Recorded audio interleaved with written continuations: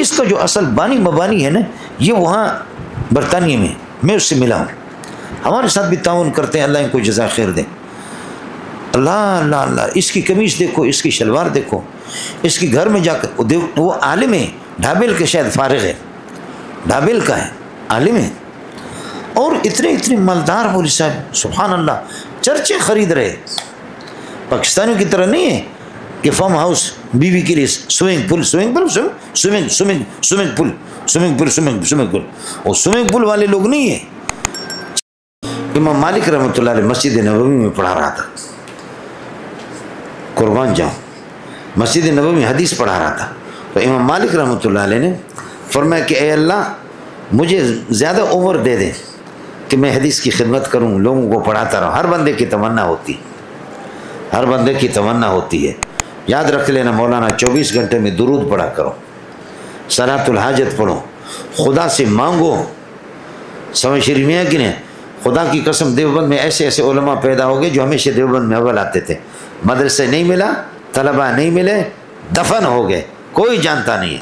سلیم اللہ خان اتنا قابل آدمی ان لوگوں میں ان کے مقابلے میں نہیں تھا، بنوری ان کے مقابلے میں کچھ نہیں تھا، لیکن سلیم اللہ کی قسمت ہے کہ آج جہاز تھک جاتے وہاں سلیم اللہ کی شاگرد موجود ہے، آج جہاز تھک جاتے وہاں مولانا بنوری کی شاگرد ہے۔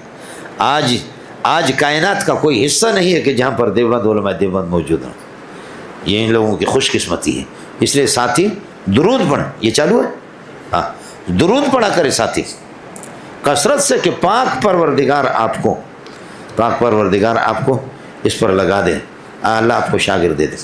حضرت امام مالک رحمۃ اللہ علیہ فرمانے لگے اللہ مجھے توفیق دے دے، عمر دے دے کہ میں مسجد نبوی میں حدیث پڑھاتا رہوں، اور فرمایا کہ یا اللہ میری ملاقات حضرت اسرائیل سے، ملک الموت سے کرا دے کہ میں پتہ کروں میری عمر کتنی رہ گئی ہے، اس اعتبار سے گاڑی چلاؤں۔ رات کو اسرائیل علیہ السلام آ گیا، امام مالک نے پوچھا تھا تسی کون ہو؟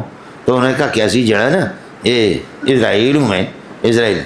کہا کہ کیسے آ گیا؟ کہا کہ بس آ گیا، آپ نے بلایا تھا، دعا کی تھی میں گیا۔ کہا یار یہ بتا دو کہ میری عمر کتنی رہ گئی ہے۔ حضرت اسرائیل نام نہیں، اصل ملک الموت ہے۔ حضرت ملک الموت علیہ السلام نے فرمایا یوا دوا درے سلور پنزا سلام علیکم ززوں، 5 انگلیاں کر کے بتا کر کے چلے گئے۔ امام مالک صبح کو تڑپنے لگا کہ پتہ نہیں میری عمر اس نے 5 انگلیوں سے اشارہ کیا، 5 گھنٹے، 5 دن ہے، 5 ہفتے، 5 مہینے، 5 سال ہے، کیا ہے؟ اذا زلزلت الارض زلزالہا۔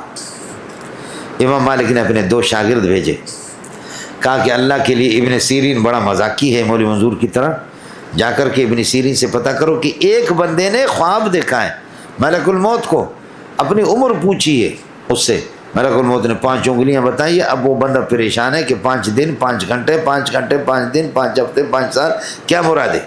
5 مہینے، اللہ کے لیے بتا دو۔ یہ دونوں گئے، کئی دن کے بعد پہنچے ابن سیرین کے پاس، کہا کہ ایک بندہ اس طرح خواب دیکھا ہے۔ ابن سیرین نے کہا وہ بندہ کون ہے، نام بتا دو۔ انہوں نے کہا کوئی بھی ہو، آپ تعبیر بتا دو۔ کہا میں تعبیر نہیں، بندہ بتا دو، بندہ کون ہے؟ کہا تعبیر بتا دو۔ کہا میں نہیں، بندہ بتا دو۔ کہا جی ہمیں اجازت نہیں، ہم بندہ نہیں بتا سکتے۔ ابن سیرین ہنسنے لگے، کہنے لگے کہ اس بندے کو زمین کے نیچے 7 زمینوں کے نیچے دفن کرو، میں نکال کر کے تمہیں بتا دیتا ہوں۔ اس قسم کا خواب دیکھنے والا کائنات کے اندر ایک ہی بندہ ہو سکتا ہے، اس کا نام ہے امام مالک۔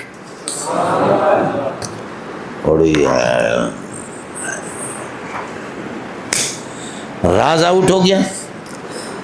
فرمایا کہ یہ اللہ کا لاڈلا ہے، میرے ذہن میں کوئی ماں کا لال ملک الموت سے اس طرح بے تکلف بات کرے کوئی بھی نہیں ہو سکتا۔ اس وقت ایک عظیم محدث قال رسول اللہ پڑھانے والا ہوگا، وہ امام مالک ہے۔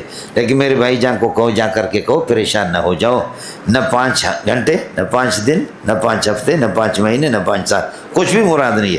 ملک الموت نے اشارہ کر دیا کہ یہ 3 چیزیں، ان اللہ عنده علم الساعة وينزل الغيث ويعلم ما في الارحام وما تدري نفس ماذا تكسب غدا وما تدري نفس بأي ارض تموت۔ یہ 5 چیزیں کوئی بھی نہیں جانتا، مجھے کیا پتہ ہے؟ اس لیے تسلی رکھو، پڑھاؤ، سمجھتے ہیں؟ آج آپ بھی امام مالک کے شاگرد ہے، یہ سارا آپ کا امام محمد بھی انہی کے شاگرد ہے، قربان جاؤ۔ امام محمد بھی ان کے شاگرد ہے، امام شافعی بھی ان کے شاگرد ہے، سب کو سبحان اللہ۔ جیسے کہ ہم لوگ دنیا کے کیسے بھوکے ہیں، میں اپنی بات کر رہا ہوں، ہم دنیا کے بھوکے. لیکن باور کرو کہ مولانا برطانیہ جانا ہوتا ہے، جہاں دنیا کے لوگ، جہاں دنیا ہی دنیا ہے، پونڈ ہے، ڈالر ہے، لیکن وہاں علماء ہے، اللہ اللہ اللہ، انہوں نے دنیا پہ تھوکا ہے. مولانا ابو بکر غازی پوری رحمۃ اللہ علیہ نے بڑی پیاری بات لکھی ہے کہ ہندوستان کے علماء دنیا سے بہت دور ہیں، اور بالکل صحیح لکھا. ہندوستان کے علماء اس طرح بھوکے نہیں ہیں دنیا کے جیسے کہ پاکستان والے بھوکے. یہ حضرت کی اپنی یہ کہ دید ہے اور اپنا ہی تجربہ ہے، لیکن بات صحیح ہے. اور حضرت فرماتے ہیں کہ ہندوستان کے علماء میں بڑی عاجزی، تواضع، انکساری ہے. ہاں ہندوستان کے جو علماء پاکستان ہجرت کر کے گئے ہیں ان میں فخر و غرور پیدا ہوا، ان کے پاس پیسہ ہوا. لیکن آپ یہ دیکھیں نا کہ ہندوستان میں کمزوری کوتاہیاں یہاں ہے. آپ کے پٹھانوں میں اور بلوچوں میں سرمایہ دار کم ہیں، اتنے سرمایہ دار ہیں، یہ میمن کچھ نہیں ان کے مقابلے میں. یہ بھی تو ہندوستان کے نا.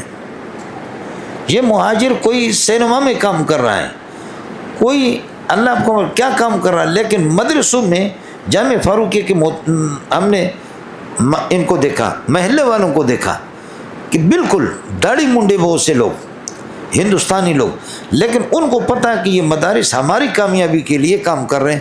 وہ ضرور چندہ مدرسوں میں دیتے تھے. مدرسے چلاتے وہی لوگ ہیں، ہندوستان میں بھی یہی لوگ ہیں، اس میں برطانیہ کے اندر بھی یہی لوگ ہیں. تو میں عرض کر رہا ہوں کہ بس میرے لیے آپ حضرات دعا کر لیں کہ بعض اسی برطانیہ میں جا کر کے بخدا ایک عالم نہیں 20 علماء کو دیکھتے ہیں کہ ان کا لباس دیکھ کر، ان کی سادگی دیکھ کر، ان کے گھروں میں بھی ہم گئے اور وہ اتنے پیسے بانٹتے ہیں یہاں، یعنی جیسے کہ یہ امہ ٹرسٹ والے ہیں، یہ امہ 28-30 ملکوں میں کام کر رہے ہیں. اس کا جو اصل بانی مبانی ہے نا یہ وہاں برطانیہ میں اس سے ملا ہوں. ہمارے ساتھ بھی تعاون کرتے ہیں، اللہ ان کو جزا خیر دے.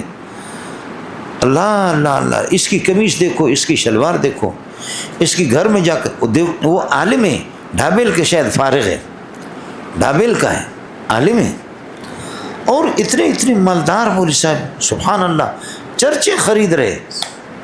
پاکستانیوں کی طرح نہیں ہے کہ فارم ہاؤس بیوی کے لیے سوئمنگ پول، وہ سوئمنگ پول والے لوگ نہیں ہیں. چرچیں خرید کر کے ان کو مسجد بنا رہے. یہ اللہ کا دین ہے. السلام علیکم. جی دوستو، آپ نے دیکھا اور سنا شیخ مولانا منظور مینگل صاحب کو کہ شیخ مولانا منظور مینگل صاحب کیا بیان فرما رہے تھے.